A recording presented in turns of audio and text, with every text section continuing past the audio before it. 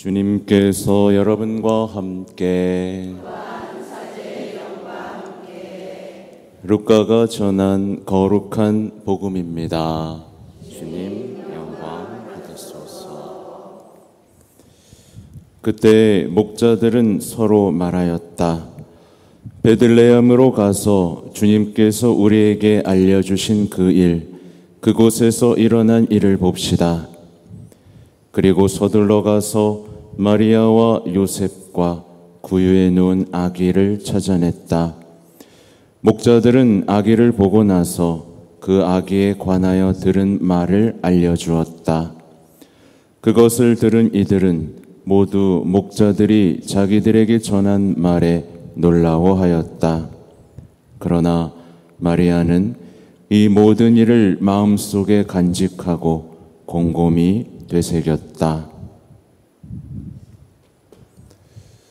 주님의 말씀입니다. 그리스도님 찬미합니다.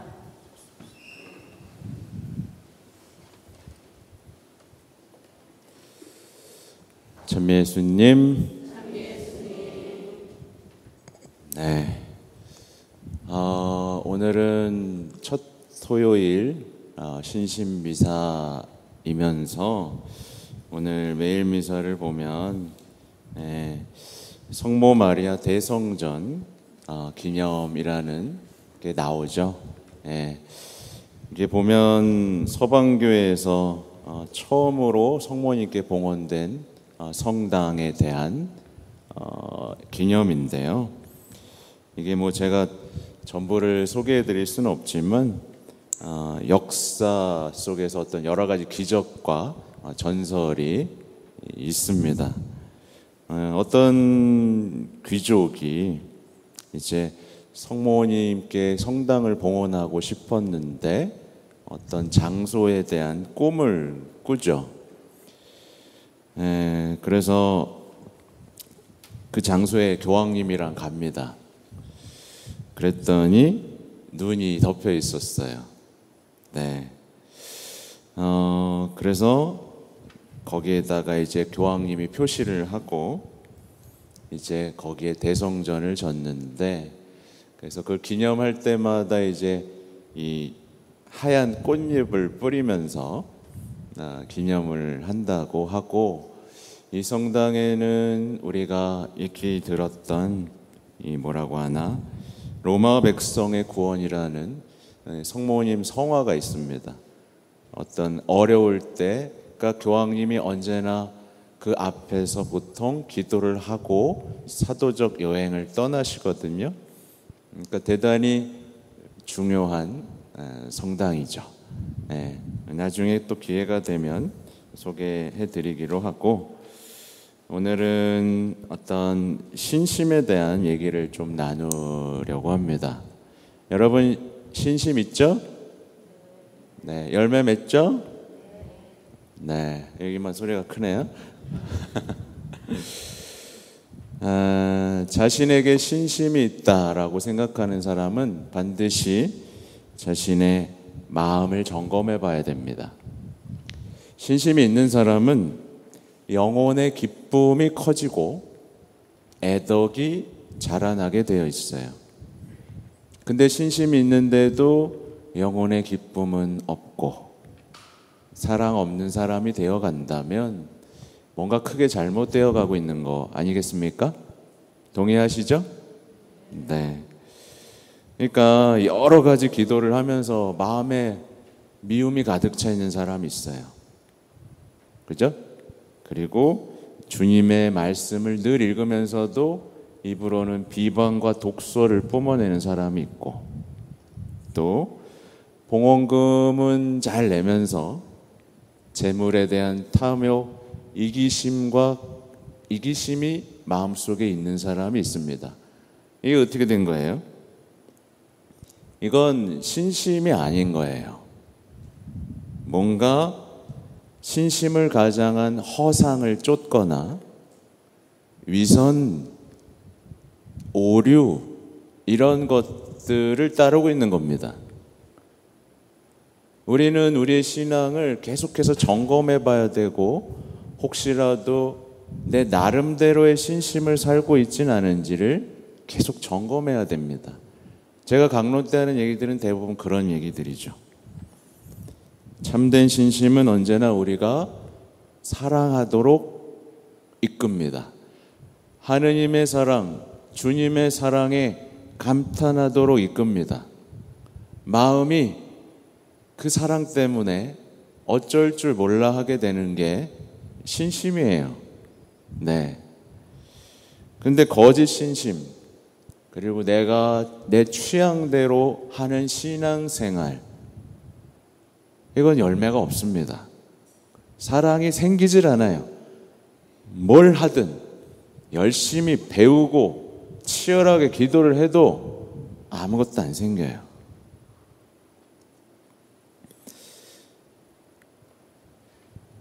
여러분 하루를 마치면서 보통 기도하죠? 네, 안 하나 봅니다.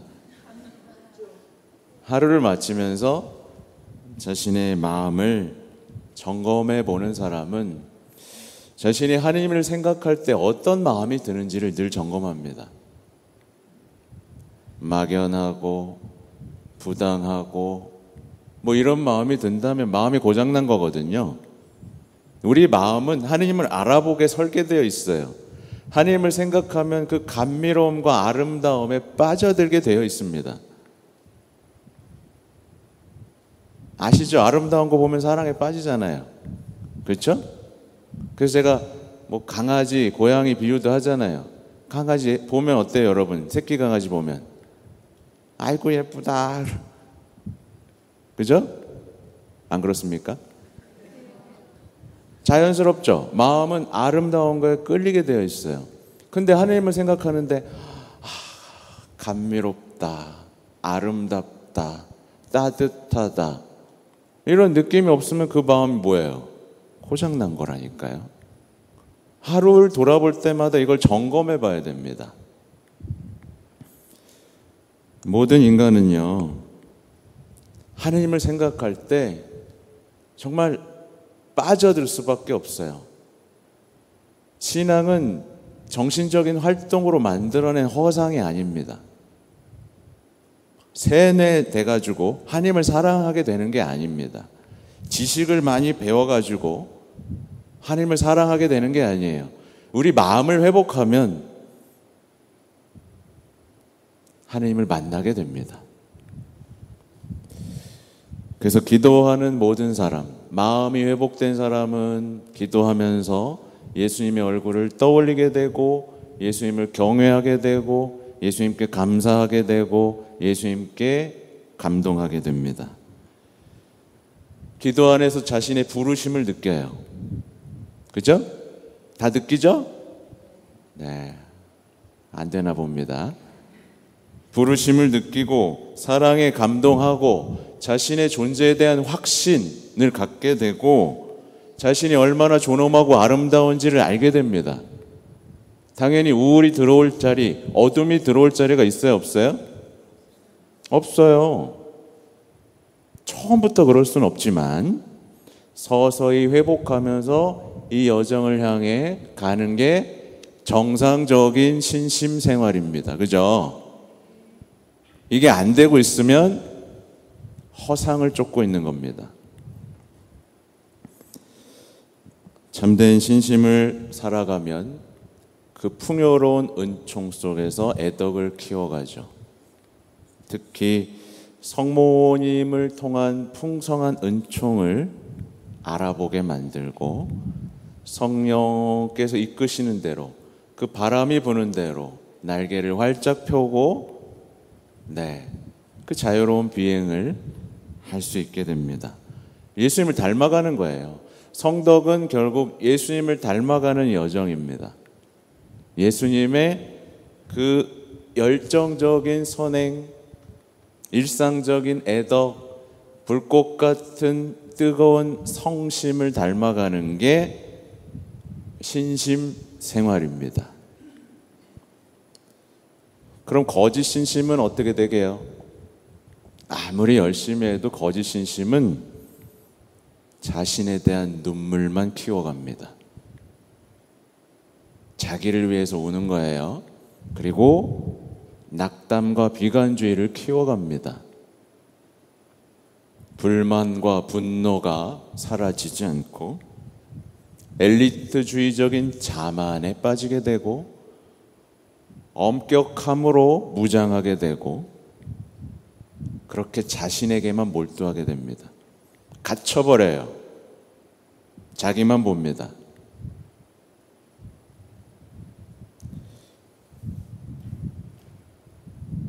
제가 왜 이 얘기를 하겠습니까? 이 시대에 파다하게 퍼져 있는 거짓 신심을 보라는 겁니다. 자기만 보게 만드는 것. 오늘 복음을 보면 목자들은 이제 베들레헴에서 일어난 일을 보기 위해서 서둘러 가죠. 그리고 구유에 누워 계신 아기 예수님을 마주합니다. 어떻게 보면 강생의 학교라고 볼 수 있는데 제가 대단히 중요하게 강조하고 있는 부분이죠.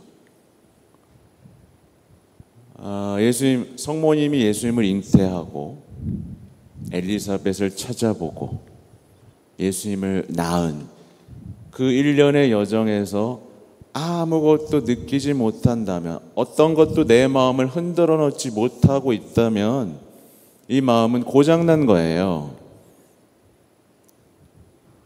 당연히 어떤 묵상도 할 수 없게 됩니다. 이런 사람들이 하는 말이 있어요. 어려워요. 복음은 왜 이렇게 어렵죠? 신앙은 왜 이렇게 어렵죠? 묵주기도 묵상은 왜 안 되죠? 아기 예수님을 딱 보면 뭘 느끼세요, 여러분은?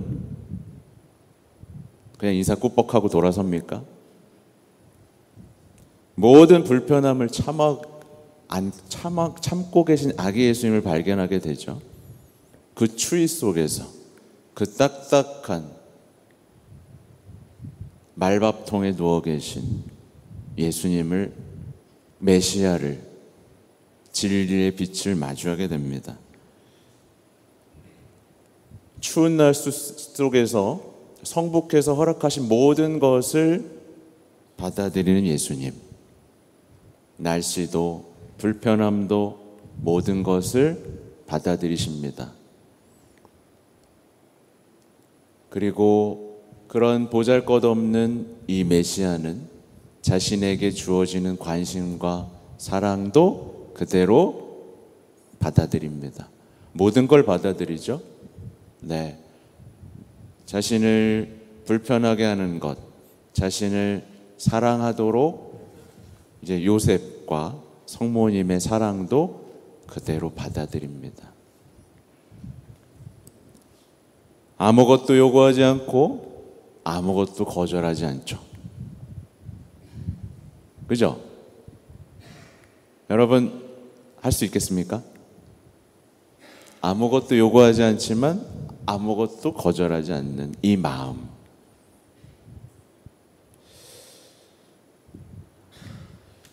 그리고 그 옆에는 이 모든 것을 놀라움 속에서 마음속에 곰곰이 간직한 성모님이 있죠. 우리는요, 이 아름다운 장면을 성모님과 함께 묵상할 수 있어야 됩니다. 강생의 학교다 라고 말할 수 있겠는데요. 방금 설명드렸죠. 그러니까 우리는 아기 예수님을 보는 것만으로도 삶이 변화됩니다. 마음에 큰 울림을 받게 되죠. 닮고 싶고 이 아기를 위해 모든 걸 하고 싶은 그 마음이 자연스럽게 떠올라야 되는 거예요. 네, 당연한 거 아닙니까? 그죠? 성모님과 함께 이제 강생의 학교에서 배우는 사람들은 있는 그대로 믿게 됩니다. 눈에 보이잖아요. 그냥 있는 그대로. 하느님이신 분이 사람이 되셨는데 그 놀라운 광경을 보고 있는 그대로 믿게 됩니다. 이게 나의 하느님이구나. 있는 그대로 믿고 있는 그대로 받아들이고 놀라고 감동하고 당연히 어떻게 되겠어요? 변화되죠. 근데 현대인들의 마음속에는 있는 그대로 믿을 생각이 없습니다. 늘 자신들이 조작하고 날 좀 이해시켜봐라 라는 도전만 있죠. 있는 그대로 믿는 사람의 마음은 치유됩니다. 아기 예수님을 바라보면서 치유되지 않는 게 이상하지 않습니까? 그렇죠? 있는 그대로 볼 수 있는 사람은 병든 마음이 치유되고 자기만 바라봤던 불행한 삶에서 해방되는 체험을 합니다. 십자가도 마찬가지고요. 그리고 이 보잘것없는 마국간, 배울 것이 아무것도 없어 보이는 마국간에서 복음을 배우고 세상을 살아갈 지혜를 얻게 됩니다. 그것으로 족하지 않습니까? 아주 현실적이고 구체적으로 일상을 살아갈 수 있는 신앙이 무엇인지 거기서 배우게 됩니다. 네. 근데 우리는 자꾸 이런 묵상, 이 학교에서 배우지 못했기 때문에 자꾸 인문학 강의를 듣고 스님의 말씀을 찾아보며 온갖 질문들 속에서 삶의 문제들을 해결하려는 상황에 놓여 있죠. 저는 여러분에게 정말 말씀드리고 싶은 게 있어요.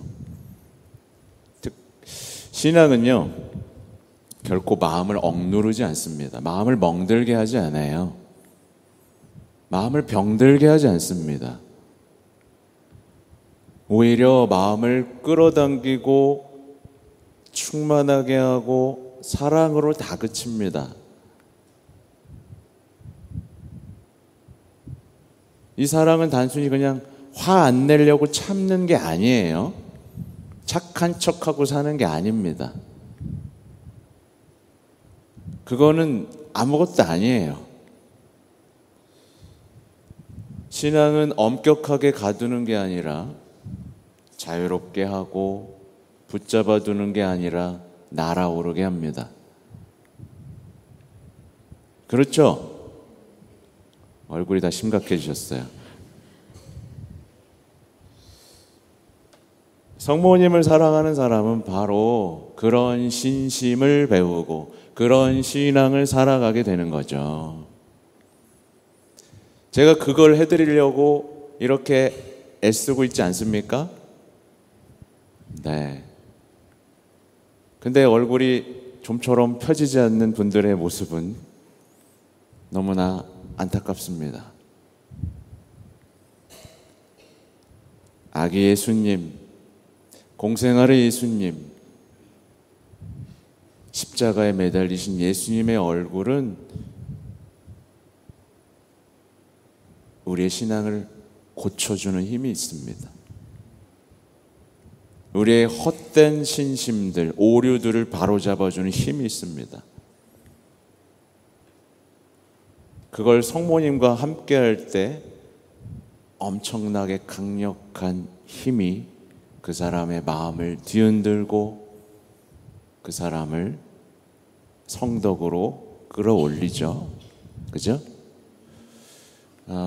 제대로 된 신앙의 여정 속에서 열매 맺는 신심 생활을 합시다. 아멘.